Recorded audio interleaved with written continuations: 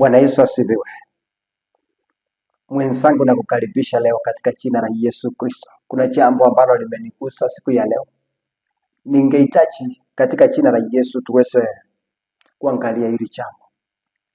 Nikisoma katika Biblia, kuna jambo ambalo limenigusa sana. Wacha tuweze kuomba. Baba yetu, ili neno lako litakase na damu ya Yesu Kristo, libadilishe roho ndani mwetu. Katika jina la Yesu tunaomba na kuamini. Amen. Which is the spirit, my friend, which is working in you? That's the message. Ni roho gani ambayo inafanya kazi ndani mwako? Mimi nimekuwa nikitafakari niliposoma testimony ya Mungu dhidi ya mtumishi wake ambaye anaitwa Caleb. Ukisoma katika kitabu cha Numbers chapter 14 verses 24, Mungu mwenyewe alipeana testimony juu ya Caleb. Na kitu ambaye alisema juu ya roho. Akasema ya kwamba, but my servant Caleb, because he had another spirit with him, he had followed me fully, him will I bring into the land whereinto he went, and his seed shall possess it. Lakini kwa sababu mtumishi wangu Caleb alikuwa na roho tofauti. Bwana Yesu asifiwe. Kuna roho, kitu ambacho nimejifunza ni kwamba kuna roho tofauti zinakaa ndani ya watu. Sijui wewe mwenzangu ni roho gani ambayo inanena ndani yako, kwa sababu Mungu anasema Caleb alikuwa na roho tofauti na watu wengine. Alikuwa na roho tofauti na watu wa Israeli wengine. Alikuwa na roho tofauti na wale watu ambao walienda na wao kuangalia ule mji ambao walikuwa wametumwa waende kuangalia. Alikuwa na roho tofauti na ile roho ambayo ilikuwa kwa familia yake. Sijui mwenzangu kama wewe ulibeba roho ya mama yako, roho ya baba yako, umebeba roho ya ndugu yako. Sijui ni roho ya mfanyakazi mwenzako umebeba. Sijui ni roho ya rafiki yako. Sijui ni roho ya mdozi wako. Sijui ni roho gani ambayo inafanya kazi ndani mwako. I don't know which kind of spirit is working in you. God is not interested in those kind of spirits. Those spirits are not good for our lives. Kwa sababu wengine tumebeba maroho ya madeni. Wengine tumebeba maroho ya kifo. Wengine tumebeba maroho ambazo ni maroho za kukufa moyo. Wengine wamebeba maroho, sijui wewe umebeba roho gani, lakini Mungu anatestify kwa juu ya roho moja ambayo Mungu anapenda sana, na hiyo ni roho ambayo ilikuwa ndani ya mtumishi wake Caleb. Mungu akasema he had a very different kind of spirit. It was a spirit which it was not like any other. Mwenzangu, leo ubadilishiwe roho katika jina la Yesu. Mimi leo Mungu amenibadilishia roho, na wewe akubadilishie katika jina la Yesu. Roho ya baba yako isikae ndani mwako. Roho ya mama yako itoke ndani mwako. Kama iko itoke. Roho ya utasa itoke. Roho ya madeni itoke. Roho ya umaskini itoke. Hizo ni maroho ambazo sometimes watu wanabeba kupitia kwa familia zao. Lakini Mungu anasema roho tofauti ilikuwa kwa Caleb. Na hiyo ni roho, ilikuwa mwenzangu, ilikuwa ni roho ya imani. Roho ya imani ingie ndani mwako. Roho ambayo inaona unaweza, sio roho ya kushindwa. Kwa nini Mungu alisema juu ya Caleb? Why did God talk very well about his servant Caleb? It is because remember that when they went to spy the land where they were supposed to go, where Moses sent them to, they were 12 of them, but the 10 of them, they came with the very messenger. They say they came with the message, but both of them, they had the same.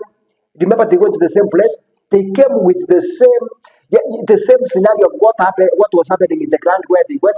Everybody said they were giants. They were very big people.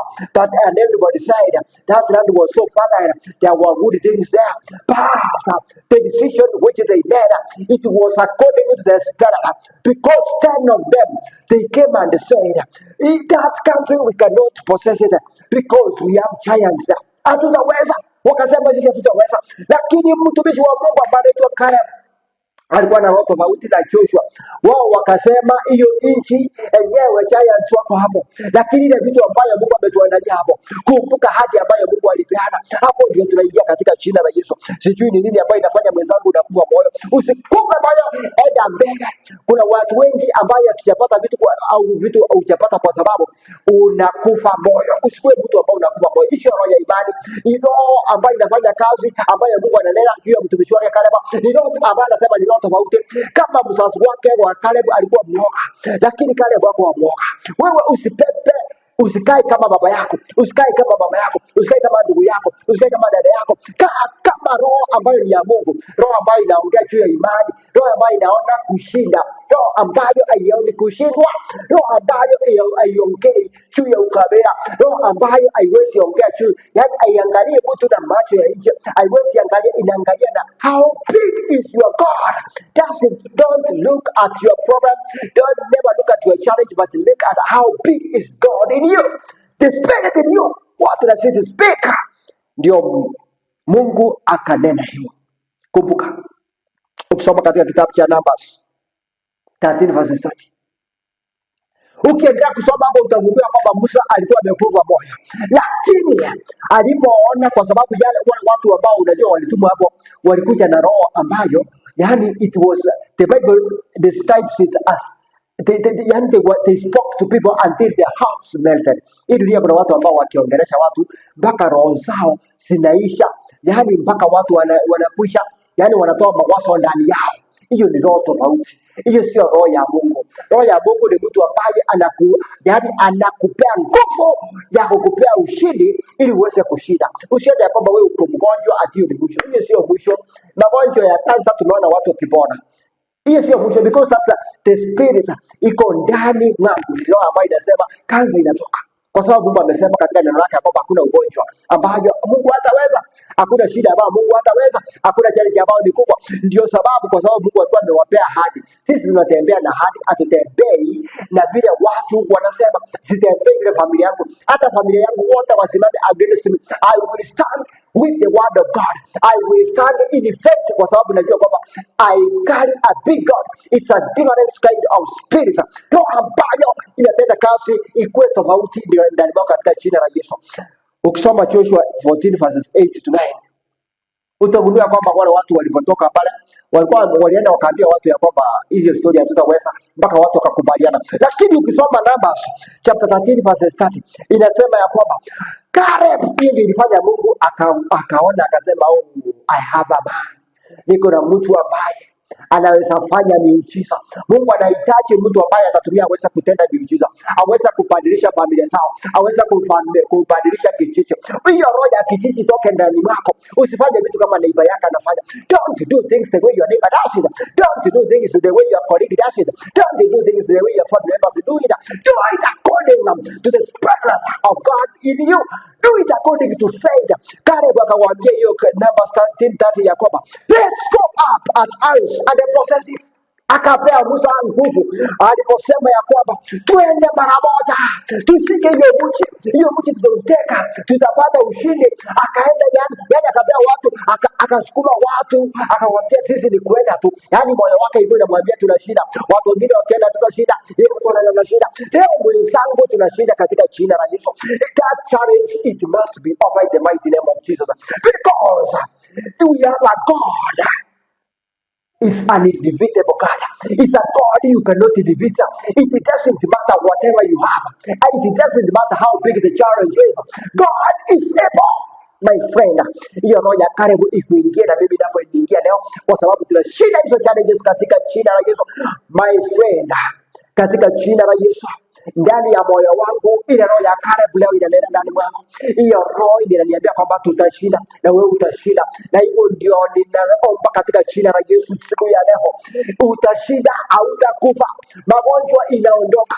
Na sasa hivi ninapoendelea kunena hili neno, kama kuna ugonjwa ambao hata imekukwambia kiasi gani, haijalishi imesema nini, historia ya magonjwa imesema namna gani, God is a big God than those diseases. Hiyo magonjwa inaamuru katika jina la Yesu itoke, kwa sababu Mathayo 10 fungu lake la kwanza inasema mtawale mapepo na magonjwa. Hiyo ni vitu ambavyo nasema tutawale mapepo na magonjwa. Usiruhusu magonjwa inasikia katika jina la Yesu. Hiyo magonjwa itoke, hiyo challenge ambayo unapitia itoke. Ndoa yako utasimama. Mwingine anakuambia utawezana na hiyo ndoa. Hiyo ndoa ndio utakaa na Mungu atakupea uwezo wa kushinda. Mungu atakupea uwezo wa kubadilisha mume wako. Mungu atakupea uwezo wa kubadilisha bibi yako. Mungu atakupea uwezo wa kubadilisha mtoto wako. Usione ya kwamba it's not a God case. It's a case which God can change. That's the spirit in me. That's the spirit I'm believing it with you. Hiyo roho uipokee katika jina la Yesu. Hiyo roho ambayo ilikuwa roho ya karibu imeingia ndani mwangu na ingie kwako, kwa sababu mimi sitashindwa na wewe hautashindwa. Tutashinda. Ambie hiyo challenge itoke. Sema mara moja ya kwamba mimi ninaenda mbele, usisimame. Mimi sifuati kile ambacho wamesema, mimi nitasimama peke yangu. Mwenzangu katika jina la Yesu. Ile imani yenye karibu alikuwa nayo, ndio imani ninaachilia leo. Naomba Mungu wetu achilie hiyo imani miongoni mwetu katika jina la Yesu. Tuombe. Baba yetu katika jina la Yesu. Ile neno ambalo ulisema ya kwamba karibu alikuwa na roho tofauti. Hiyo ndio roho Yesu Kristo, naomba leo uachilie kwa watu wako. Leo anza kubadilisha Yesu Kristo maisha yetu kupitia kwa roho ambayo iko ndani mwetu. Tukuwe na roho ya imani, tuone roho ya ushindi, roho ya kushinda. Baba yetu, hiyo ndio nimetangaza katika jina la Yesu. Ulisema magonjwa yote iweze kupona Yesu Kristo. Baba yetu, kupitia kwa hii maombi ya siku ya leo Yesu Kristo, na maombi ile ugonjwa ambayo imekaa kwa muda, ugonjwa ambayo inajulikana kama ni ugonjwa kubwa, Yesu Kristo, hiyo ugonjwa ianze kuyeyuka, hata kansa ishe. Hiyo kansa ya matiti ianze kuisha katika jina la Yesu. Hiyo roho ambayo imesema hautaenda bali utaenda, roho yenye inakufungia milango ianze kufunguka sasa katika jina la Yesu. Baba yetu, hiyo ambayo inasema ya kwamba huyu mtoto atabadilika katika jina la Yesu.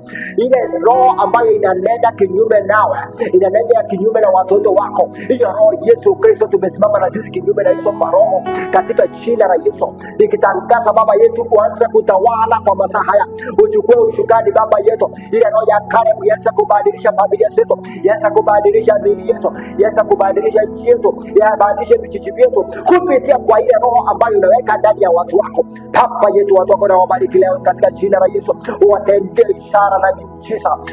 Thank you my Father, my God. Jina lako litukuzwe katika jina la Yesu, naomba na kuamini. Amen. Ubarikiwe mwenza katika jina la Yesu.